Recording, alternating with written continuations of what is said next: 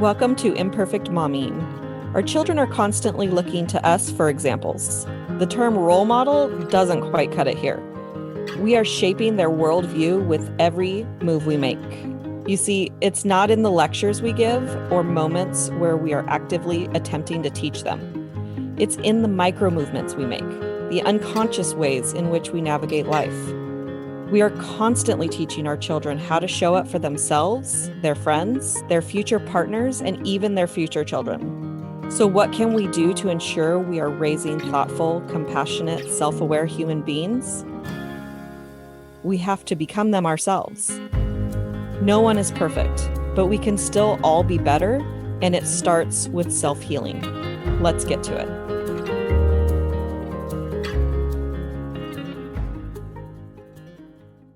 Welcome back to Imperfect Momming, and we have a very special guest today, Macall Gordon. Welcome to Imperfect Momming. Thank you so much. And tell us a little bit about who you are and what you do. Sure. I'm Macall Gordon. I'm a researcher, an author, and I'm a certified gentle sleep coach. So I work with parents and children on sleep in a way that's basically not crying it out. I also work for a telehealth platform called Maven, which is a women's health platform. And so I see thousands of parents over the course of the time I've been with them. And I talk to them about all the questions they have about sleep. So I live and work sleep. I don't really sleep myself that much, but where did all this interest in sleep come from? Was this trauma? Well, it came from the fact that I did not nail sleep when my two were little. They're young adults now, but it was bad with a capital B. Just to sort of get into the zone of the discussion, back then, so my daughter was born in 1994, and back then it was cry it out or gut it out. Those were your options, or really cry it out or co-sleep. And truly, I think people think that those are the only two options now, but back then it really was. That was it. And there wasn't even an internet which was probably good. I'm actually pretty grateful. And so I knew I couldn't do crying it out. I just couldn't. I couldn't do it from my perspective. And I had a very intense daughter, and I just knew she'd cry for hours and never give up. So I just sort of soldiered through, and I honestly cannot recommend that as an option. I really can't, because it was brutal. It was brutal. Yeah. So yeah. So it's nice because I feel like I'm right in the middle, right? I can be in the middle. I can really understand that there are people who make choices that are going to work for them beautifully. And then there's everybody else in the middle who's kind of holding on by their fingernails. And that's where I live, is in the middle, for sure, with all those folks. Yeah. I heard of, cry it out just through word of mouth, mostly because I didn't do a whole lot of research. My son is 11, so I had the internet when I had a son. But I'm not a researcher, so I didn't struggle with the rabbit hole of Google. And but I had heard of cry it out somewhere. I couldn't even tell you where, if it was a friend, if it was a family member, if it was a book, I couldn't even tell you. And I knew that wasn't something that I could do. And I'm fairly certain I let him cry it out one time because I had like a time deadline, and he was a really good sleeper. And I was blessed, and that's why I didn't have any more. Yeah. I'm calling it good. I'm calling it good. Because I believe that God's way of tricking you into having a second one is to give you a really, really good first one. Yeah. It almost worked, but he then didn't give us the second one. So, because he knew better. But there was one time, and by the time I finished the thing that I had the time deadline on, I went to go check on him and he had fallen asleep, and I wanted to wake him up and apologize to him because I felt so guilty for letting him cry it out. I was like, well, obviously I couldn't do this more than once. Right. And then one of my other guests on the podcast said that the new research on crying it out is that they don't stop crying because they learned to self-soothe. They stop crying because they've given up. Well, yeah. I mean, this is a whole discussion. So and I'll just put it out there and we can move on if you want, but it's always a matter of degree. Whenever anybody says something like that or says, no, cry it out has never been shown to have any negative impacts, which is what all the sleep books say and all the research says. They just blanket say, nope, no negative effects, never has had any, never, never, never. You have to talk about degree of crying and the age at which it's happening. Okay. So for your son, maybe he cried 20 minutes, maybe it was a half hour, and then never again. Okay. I don't know. How bad could that be? There are babies that are crying for hours across successive nights. That's a whole different ballgame. We're talking a whole different scenario. There are sleep methods out there that say to put an 8-week-old baby in the crib, close the door, and don't go back until morning. Now, I personally would not recommend that even for an older child, much less a tiny little 8-week-old baby. Now, at 8 weeks, they do not have self-soothing capacities. So yes, I definitely believe for them, that was withdrawal from overwhelming distress. Yes. Your son, when he went to sleep after 20, 30, whatever it was that withdrawal? Probably not. Probably I couldn't even tell you how long it was. Yeah. It felt like hours that he was crying, but I mean, he's 11 now. I have no idea. I know. Just ask him. He'll remember. No. Yeah. It really depends on the child, on their developmental level, what they've got in their little toolbox, and also what their temperament is. Mm-hmm. We cannot just blanket say, cry it out is always fine, but we also can't say it's always trauma. It's neither of those is true, which goes back to being in the middle. We have to talk about the middle. And I have a paper right now about this saying, look, we have to have a developmental lens on this research because everybody's painting this with a very broad brush, and you can't do that when it comes to babies. And I'll tell you especially why. Yes, is it not good for some babies? 1000% yes. But you know who it's really not great for are parents. Right. Because we're telling them, do this thing that is counterintuitive, that you're not going to like, that feels horrible, but it's going to be quick. It's really going to be quick, and it's going to be easy. And in like 3 days, your baby will be sleeping through the night. That's the line. For a lot of parents, this isn't like a small subset. This is probably between 50 and 60% of parents. That does not happen. Meaning it's not easy, it's not quick, and it doesn't take 3 nights. So then what happens is people don't go, well, this book stinks. They go, what am I doing wrong? What's the matter with me? Why isn't this working for me? The book is saying it's going to be quick and easy. It is not quick and easy. I suck, right? So it all goes back on the parent. And that's what I'm really worried about. And because I talk to parents every single day who say, what am I doing wrong? You know, what's the matter with me? Parents of very tiny babies coming brand new, right out of the chute. And parents are like, look, I know, I'm sorry. I know this is a bad habit, but we're like holding her to sleep, or we're nursing her to sleep. I know we're supposed to, when we put her down, she wakes right up. We're trying to do drowsy but awake, and it's just not working. And they feel wrong. they feel bad. So now we're getting parents who are brand new, who don't even have their feet underneath them yet, and telling them that they're screwing it up.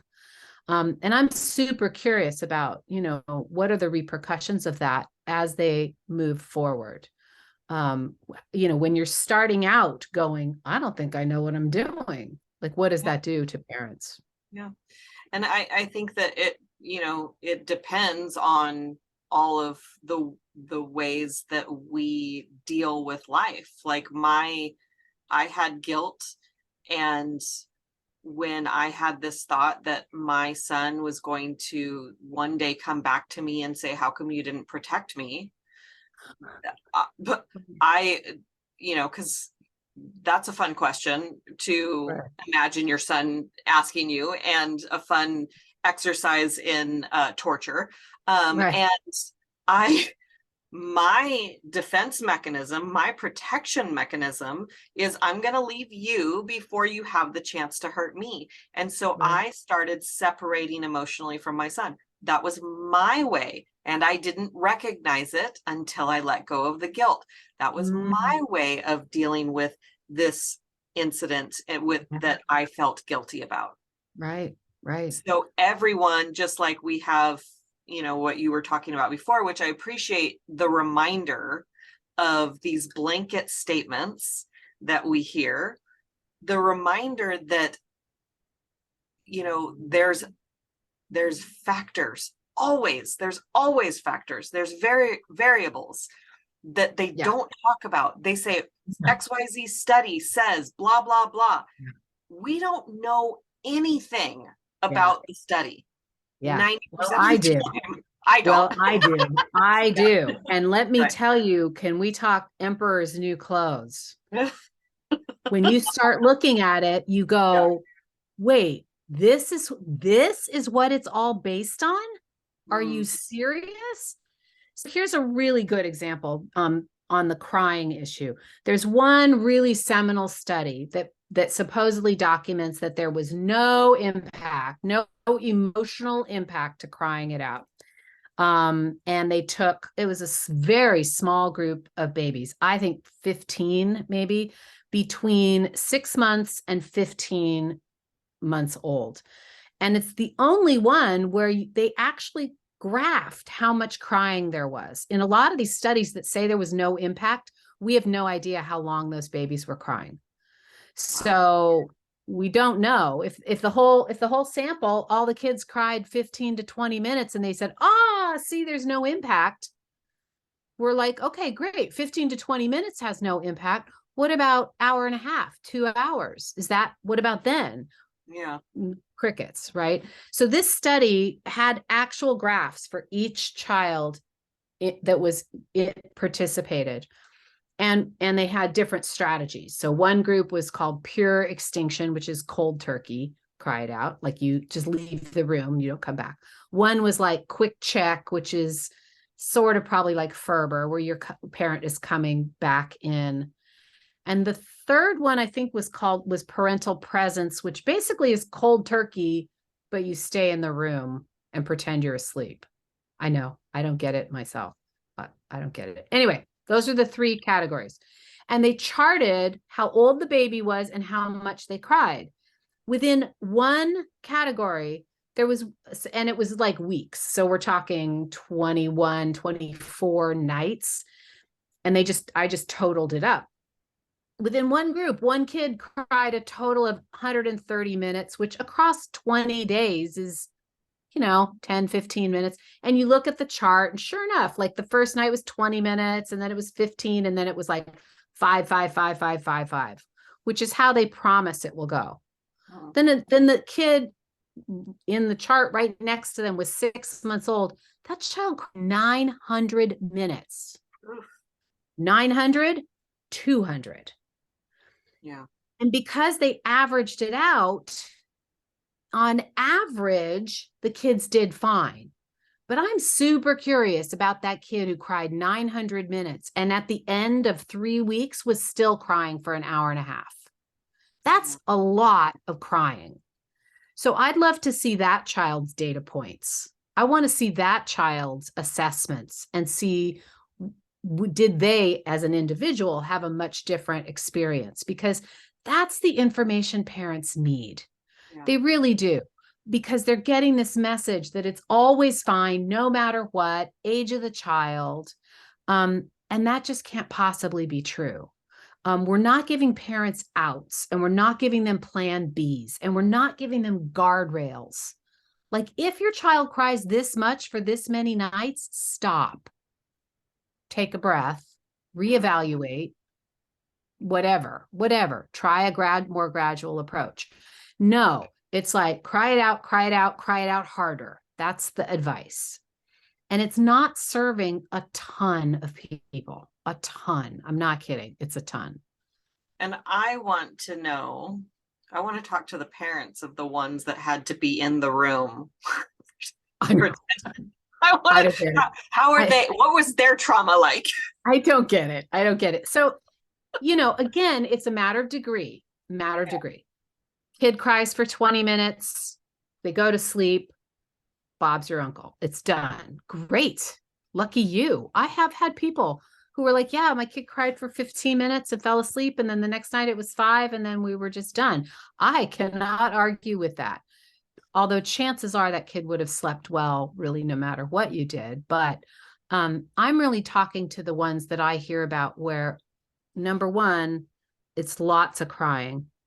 And number two, they ended up actually having something going on with them. They had silent reflux, or they had a feeding problem, or they had, here the parents are being told, just try harder, just try harder, just try harder. It's madness a little bit. Yeah. Who are they? Who's telling them try harder? Oh, pediatricians. Pediatricians are 1,000%. So the doctors who should be catching the reflex and the 100%. So let's take one moment to go back a little bit in history. So all of the sleep training advice comes from behaviorism. Remember Skinner and Watson? Watson was a guy in the 1920s who said, a child is a blank slate. They bring nothing to the table. All they are is what they learn from the outside. So if we change what happens on the outside, will change that child's behavior. We can control their behavior based on rewards and removing those rewards. So that's where crying it out came from, is this idea that whatever we reward will persist. And if we take away that reward, that behavior will go away. It's bananas, because there is literally nowhere else in childhood that we still adopt behaviorism. It doesn't happen except in sleep. The insidious kind of dark part of behaviorism that's still lurking is that idea that the baby brings nothing to the table, meaning the baby is just responding to actions of the parent. Yeah. Now, to a degree, that's true. They do respond to the actions of the parent, but the baby brings a ton to the table. They bring temperament. They bring sleep, capacity for regulation. They bring levels of sensory sensitivity.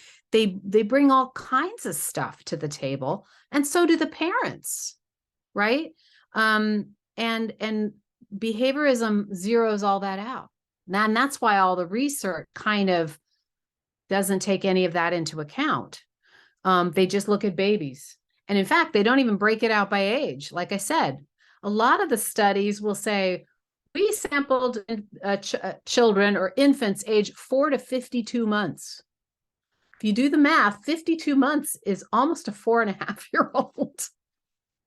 And then they just treat it all as the same thing. Like, they're all babies. Doesn't matter how old they are. Yeah.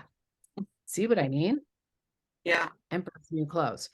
So parents are only getting this message in books, and the books are supposedly based on the research, but they're not asking that question of, for example, all the books say to start sleep training at 3 to 4 months. There's literally no research on that. There's no research on there's one study that used a real crying it out protocol on very young babies, one. And the benefits were teeny, teeny, tiny, like 10 minutes more sleep.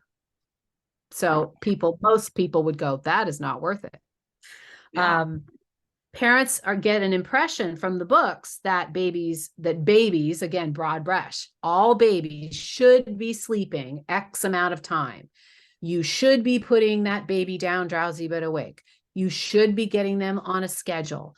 Babies at this age can sleep through the night. So parents have these goalposts that they're trying to hit, not understanding that the way that the author who told them that is absolutely not paying attention to, again, development, variability, meaning there's a huge variability between infants on those kinds of things. Huge. So they're trying to kind of take this big variable group and smush them all down into some iconic baby. And then parents are like, oh my God, why is my baby not like that dream baby over there who's sleeping through the night at 10 weeks old? If anybody that's listening, almost no babies are sleeping through the night. Everybody's got that friend. Oh, I've got a friend with a baby 2 weeks younger than mine, and that baby's already sleeping 10 hours a night.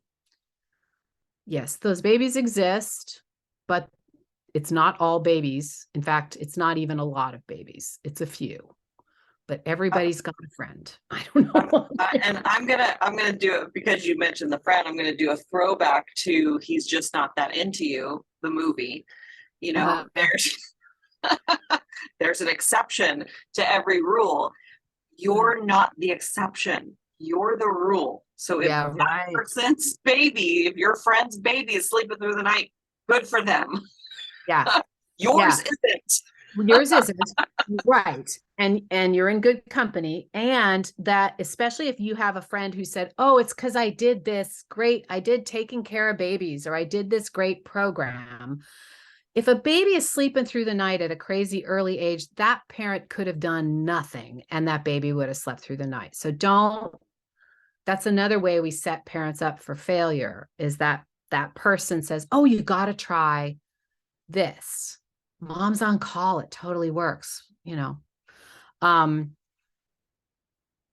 Babies who were sleeping well right out of the gate came in the world wired that way. Babies who don't sleep anywhere, anytime are also wired that way. Doesn't mean you can't do anything, but you can't expect one baby to act like the other, because they are two different species, really. I just think we're doing a really terrible disservice to parents of really young babies, because again, if they say, oh, try this, it works. And if it doesn't work, you did it wrong. That's the answer.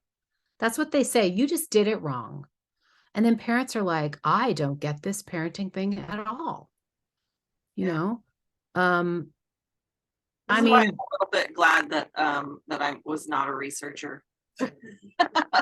my form of research was, I asked my friend, and I named her my friend who knows everything, because she knew everything, and then and then she would Google. But she, her kids were a little bit old, or a few years older than mine, and she would Google, and then she would filter. Like, she would do the filtering for me. Yeah, I mean, it really is so important. And now with all the information that's out there, a lot of people are getting their parenting information on TikTok and on Instagram. Check your sources. You do have to be careful about your sources, because people can literally say anything. And there's lots of stuff we tell parents without saying, hey, this doesn't work for everybody. I wish we just always had that disclaimer. Like drowsy but awake. Was that a thing? Are you familiar with that? Like, as a thing? I never heard that, but what I imagine it is as they are nursing and they're starting to fall asleep, then you put them down real quick. I know. Yeah. Basically, the idea is that from birth, you're not supposed to nurse them all the way to sleep. You're supposed to put them down when they're still drowsy but awake. That works for literally No one. There are a few babies that are just ridiculously good sleepers that parents will say, yeah, I just put him down awake, he falls asleep. Those kiddos are rare. Everybody else, they're saying, put your child down, like with the finger wagging, put the child down drowsy but awake. The reason is, here's again, we're going back to research.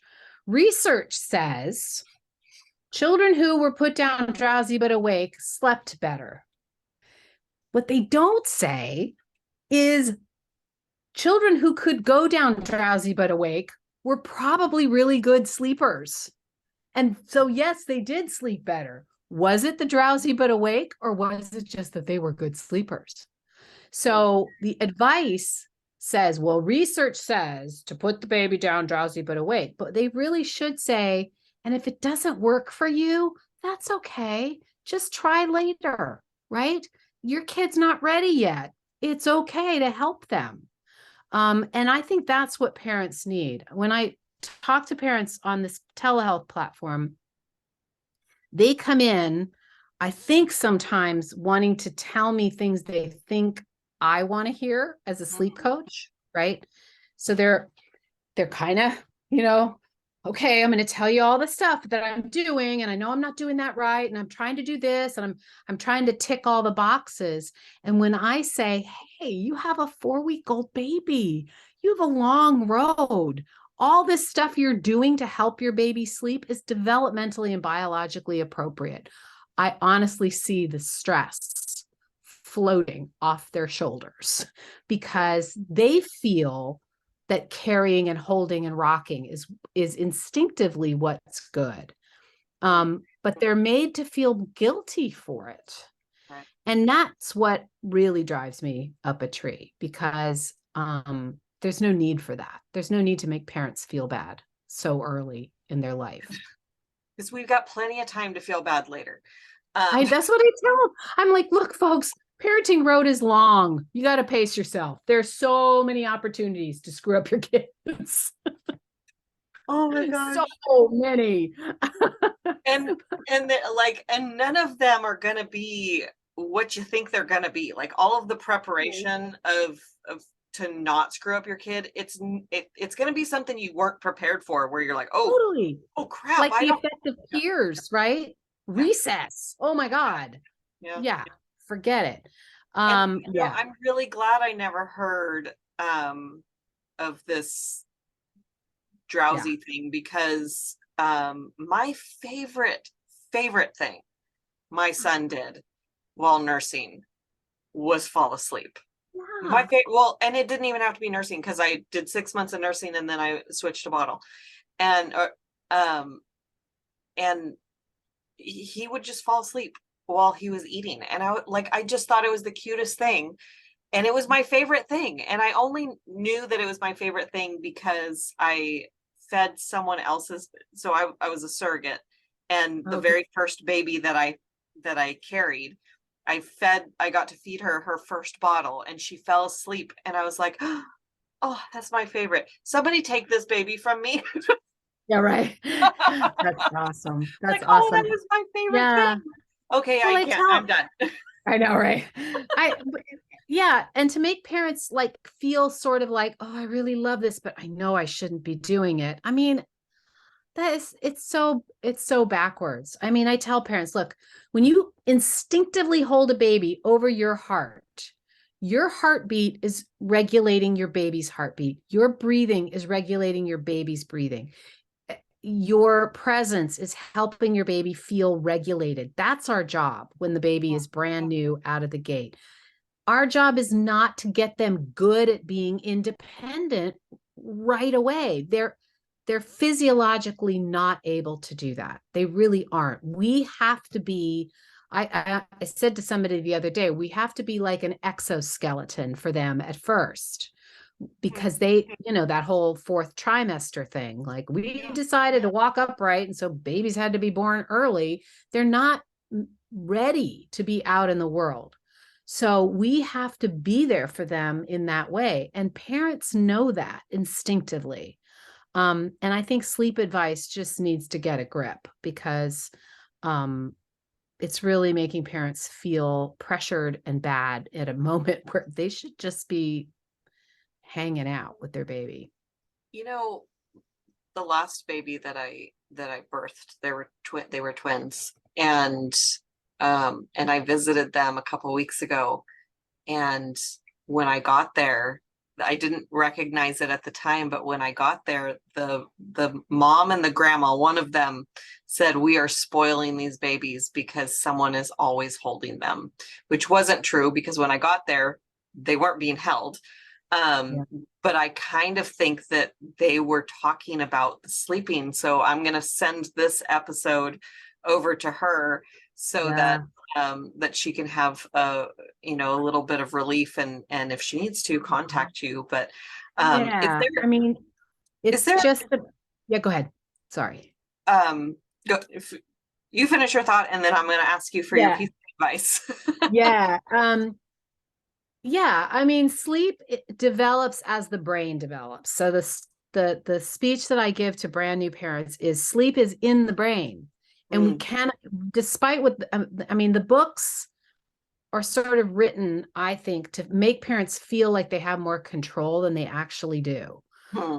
Sleep has to develop, just like everything else. I kind of say, look, we're not worried about carrying those babies. We're not worried that they'll never learn to walk because we're carrying them now.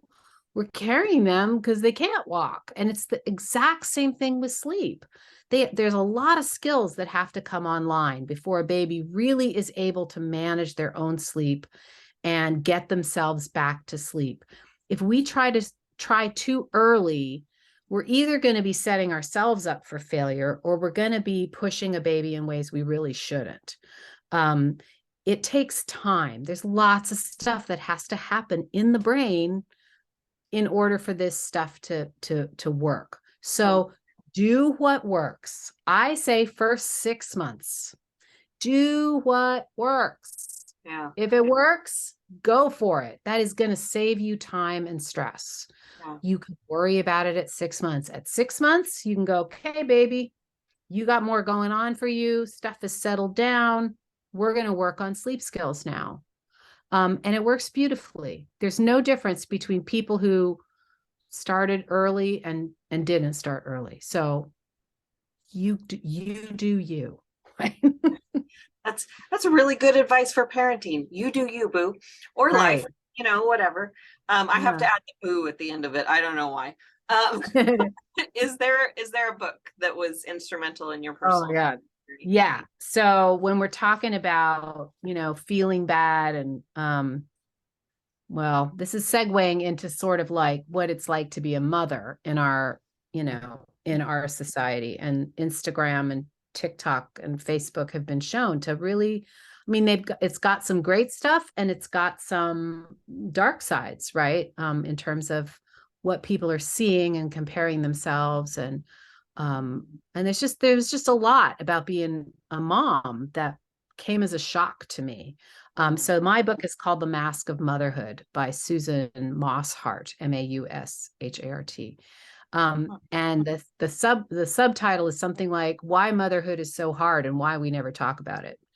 And it has to do with all the forces that kind of come into play when you become a mom. And it was just really super validating for me, because it was hard for me, those early days and early years, and up to right about now. Just now starting to feel good about it. No, I'm still not. No. My oldest child is 28. I still lie awake at night and go, why did I do that? And, I didn't do that. Yeah, no, it never ends. It never ends. But this book, I think, really validates a lot of the harder parts of our society and what it is to be a mom. And it's a little thin book, so it's an easy read, but boy, I loved it so much. A girlfriend of mine this morning said that that she went back to her oldest, who's I think 22 now, and asked him about something that she felt guilty about for saying to him. And he's like, yeah, I don't remember that. and something else that she felt guilty about. And he goes, "Oh, Mom, that was my fault. I was manipulating you into saying that." And Wow. you know, that came after some hiring a coach. So you might not always get that response from your child. But my experience as a child to my mom, who was extremely hard on herself, anytime she says something that she was hard on herself for, I remind her, you are a great mom and I love you and you did a great job. Like, and if your child has some resentment towards you, that might come out, but you get to have a conversation about it. Yeah. You know, I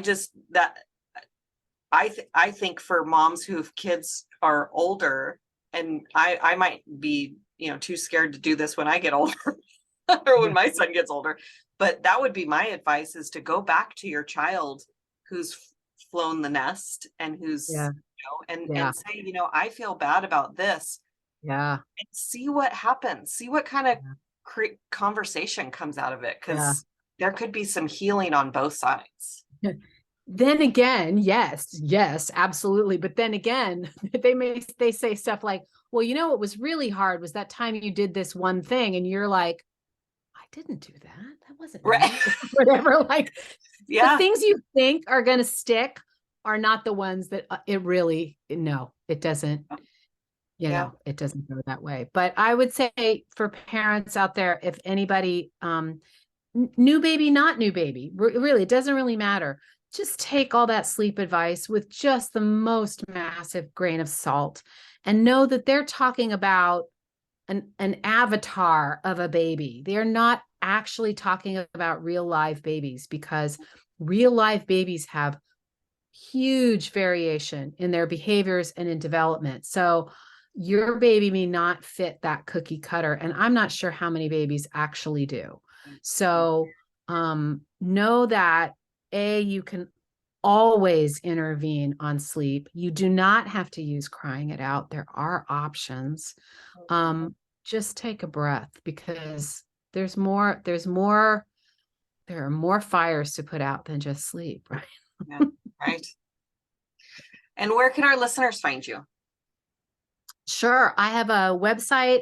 It's all the same term. It's Little Live Wires, which we could talk about some other time, which is how temperament impacts sleep and parents' experiences. So my website is littlelivewires.com. I'm also on Facebook, Instagram, TikTok under Little Live Wires.